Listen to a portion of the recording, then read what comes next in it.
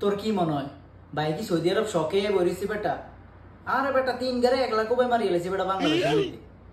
হ্যাঁ, সাইডটা মামলার আসামি মার্ডারের। এই কারণে আমি সৌদি আরব আইছি। আমরা কি সৌদি আরব আমি আইন না পোলারে। আমার বাপে যে এই কোটি কোটি টাকা আছে বাড়িতে, এইগুলোই তো খাই শেষ দিতে না, মনে করছ না আমার 7 জন। হ্যাঁ, আরে ভাইয়ের কিস্তি আছে, একটা কিস্তিটা শেষ হয়ে গেলে মনে করছ নিয়ান থেকে চাকরি ছাড়ি দিব, বুঝছস? তোর কোনো টেনশন নাই, তোর কোনো টেনশন নাই। তুই মনে করছ না যতদিন এই ভাই সৌদি আরব আসছে অতদিন তোর কাম কাজের লেগে কোনো টেনশন নেই। চাকরি এটা ছাড়ি দে, যেন কাম করতে আসো এটা ছাড়ি দে, আর সমস্যা নেই, চাকরি ভাই ম্যানেজ করে দিব না। সারাদিন মনে করছ না সৌদির আই লাইন ধরি থাকে, কয় কেউ 4,000 দিব, কেউ 5,000 দিব, কেউ 6,000 দিব। আমি না যাই না, মনে করছ না যেন কন্ট্যাক্ট হয়ে গেছে 1 বছর এলে না যাই না। আর চলে যাবো এই কিস্তিটা খালি শেষ হয়ে, কিস্তিটা শেষ হলে যাবো, বুঝছিস নি? না ভাইয়া তুই টেনশন করিস না, তোর এই বড় ভাই সৌদি আরব যত বছর আছে তোর কোনো টেনশন নেই, চাকরি এটা ছাড়ি দে।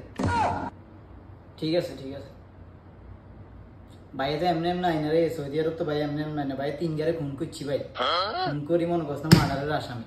এর লাগে না সৌদি আরব আইছি। আমি এগুলা দেখার টাইম আছে রে, এইসব কাম টাম আমরা করি রে বেটা। ঠিক আছে ভাইয়া ঠিক আছে, চাকরিটা ছাড়ি তুই বাইরে কল দিস, তো চাকরিটা কি ভাই ম্যানেজ করে দেবো না, কোনো সমস্যা নাই বেটা। তুই কাজ জানাস, এটা কোনো কথা কস? ঠিক ঠিক আছে ঠিক আছে। ওয়ালাইকুম আসসালাম।